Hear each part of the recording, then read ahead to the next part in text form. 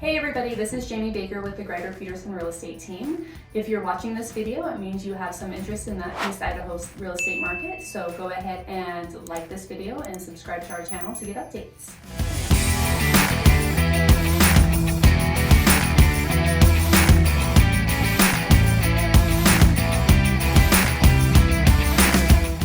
Today I'm here with Landon Kessler, and I'm going to allow him to introduce himself and tell a little bit about what he does. Right on. Yeah, Landon Kessler. I'm with Idaho First Mortgage. I am a 16-year vet in the mortgage industry, so I've seen a lot, been through a lot. Just really passionate about mortgage and finance and this industry in general. But been doing it a long time, and I'm excited to discuss mortgage and whatever else we want to talk about today. Awesome, thanks Landon. Yeah. Okay, one of the hot topics with lending and mortgages in this market right now is interest rates. As you all are probably aware of, we've recently had some really low historical interest rates and they have started to rise. This has caused a lot of concern with our buyers, so Landon is here to help discuss what he's seeing, what he plans on seeing, and what we should be concerned with. So Landon, let's talk a little bit about the historical rates and why they were historical and why we probably won't see them again.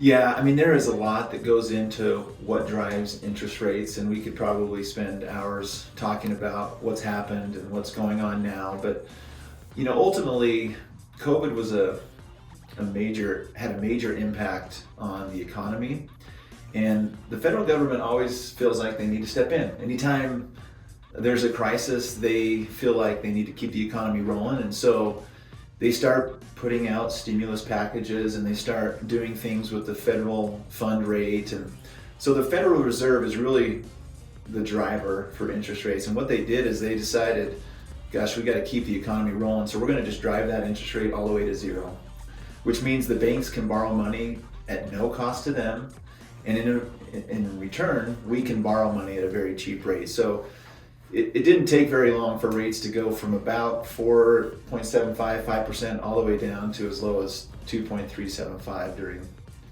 the COVID run. So 2020, 2021, we saw rates pretty consistently in the twos, which, yeah, I've never seen that in my 16-year career, and we may never see that again. Right. No. So as we're seeing, they're rising quickly. Do you foresee a top of the interest rates?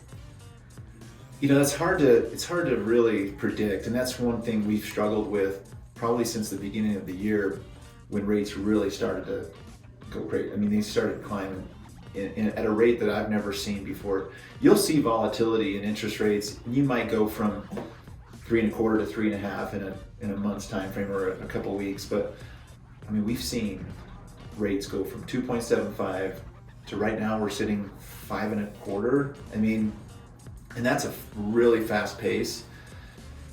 Now, again, with the Federal Reserve and what they've done and what the federal government has done with stimulus, they overheated the economy big time.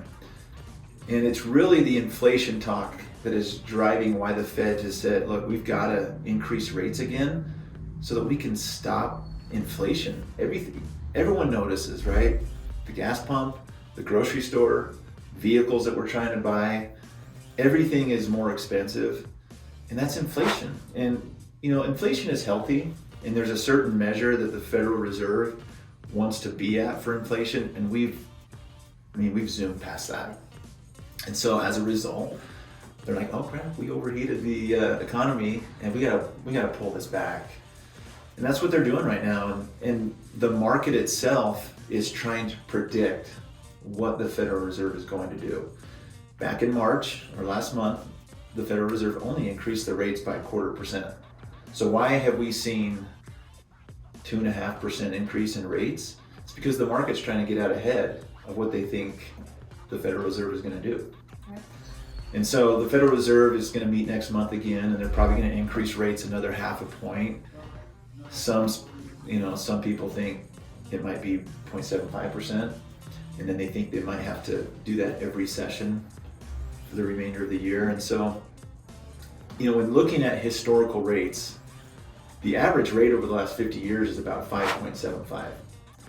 You know, you probably talk to your parents, and we all, you know, they're hilarious, right? They say, "Oh, you guys have no idea. When I bought my first house In the 80s. in the They were 80s, 13 to 16%. right? Right. And that's great, but what were they paying Right. for their houses, right? 20 grand, Yeah. 30 grand for their first home.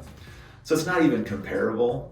I would much rather buy or borrow 30 grand at 15% interest than 400 grand at 5, but you know, that's kind of where we're at today. So, but if you just look at the historics of interest rates, we're just not that far off of where they have been on average. So there's a lot of apprehension with buyers because I think we've become used to the lower interest rates, the 2s, the 3s, and then seeing it in the higher 5s, it causes a lot of pause with the lending or with the buying. So what I'm hearing is we're actually where we probably should always be. Yeah. We're not sky high. We're not overheated with the interest rate. We're pretty much returning to what normal has been. Yeah, and I think that needs to be the narrative that we try to push in our industry is let's not panic because these aren't crazy high rates. If we get into the 6s, 7s, 8s, yeah, I mean now it's just very difficult to borrow at these prices that we're seeing when rates get that high. But again, I've been in this business for 16 years. When I first got in, and I wrote some rates down. When I first got in, and well, let me go back. When I graduated high school, I just was curious. 1996, VHS, let's go. 8% is what the rates were in 1996. I wasn't ready to buy a house right out of high school, right? Some people are. Then I went to school, graduated from college in 2002. Rates were almost 7%. Then I did some graduate school. And so by the time I was ready to buy my first house, interest rates were just under 6%. Okay. And we're not there yet. Of course, prices then were quite a bit less than they are today. And then we had the crash, the real estate crash in 2008, 2009. Nobody was buying houses anymore. You know, the prices of homes were plummeting.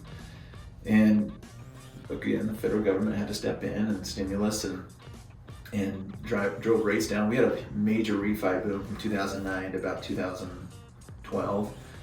And I just looked from 2012 to about 2020 before COVID and everything shut down. Rates were in those high 3s to low 4 range. And that was a long stretch. And so I think moving forward, we're probably on the higher end for interest rates. And they have to overcompensate for what they've done with the overheating of the economy to drive inflation back down. And there's a lot that goes into why we have such bad inflation. We have just a supply and demand issue everywhere. I mean, COVID shut down plants and production, and of course this Ukraine-Russia conflict is creating even more pressure on. I mean, Russia's a big player in the global market, right? And so for us to put sanctions on them and not to accept their goods and services, it just creates even more pressure on inflation. So they're overcompensating for sure. And so I anticipate once we get past this and they start to see inflation normalize, for rates to actually come back down to in that high 3 to low 4 range. And I don't want to say that to make people wait to do something when that happens, because it may never happen. And you could miss out on a great opportunity to invest in real estate and to start your wealth building. Because buying your first home, that's when you start really building wealth. It doesn't matter when you start. It really doesn't. And people will say, well, I'm going to wait for a crash. Well, that probably won't happen. Yeah.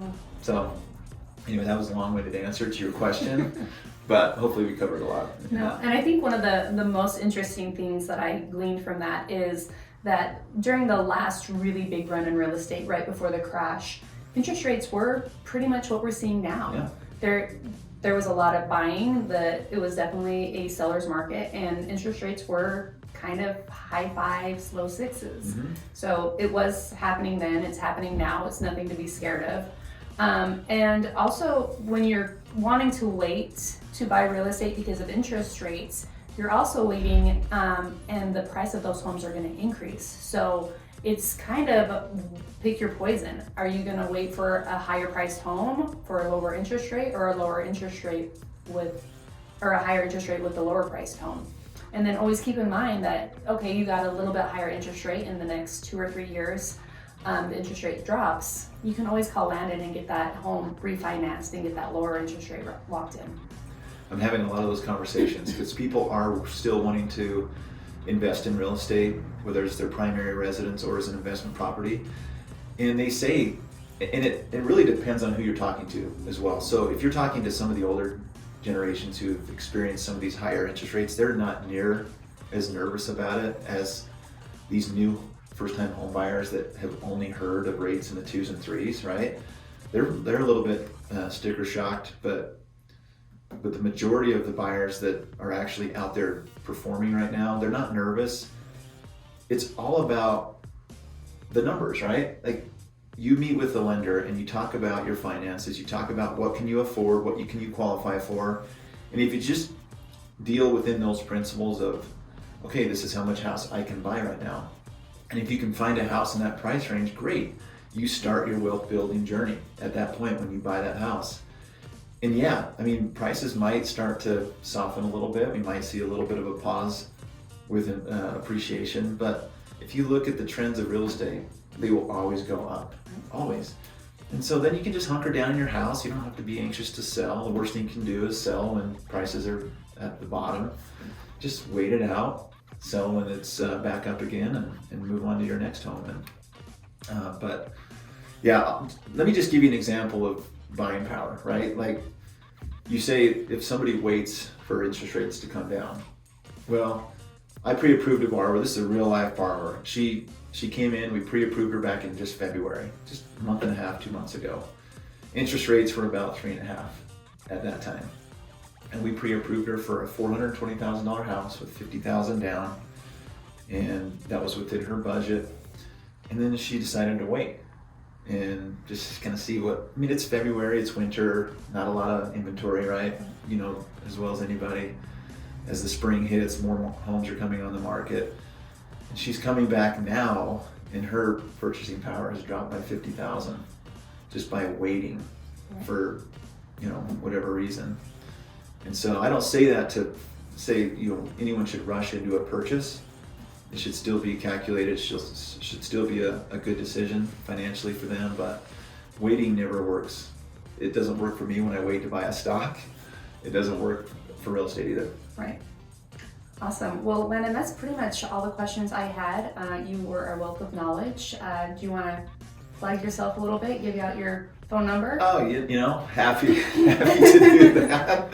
We Idaho First Mortgage. We've been around and done this for a long time, and we're a pretty big player in this market, and we can do loans all over the state of Idaho and in other states. But our main thing is we want to help people make really good decisions and educate them, be there holding their hand through the whole process. We appreciate people like Jamie who refer their clients to us because they trust that we can get the job done and do it on time and doing it in a manner that isn't stressful for the borrower. So love to help anyone that needs it. Thank you so much. Awesome. And like Landon said, I've closed countless deals with him over the last few years. We've never had a problem. We've never had a delay. He does a fantastic job. So if you ever need a lender to refi or for a new purchase, reach out to Landon. What's your phone number, Landon? Yeah, our office is over here off of Sunnyside, 3340 Merlin Drive, and you can reach us at 208-243-9100. Awesome, thank you. Right, and like I said earlier, I'm Jamie Baker. I'm a buyer's agent here at Greider Peterson Real Estate Team. And if you are looking to purchase a home, please give me a call. My phone number is 208-705-7773.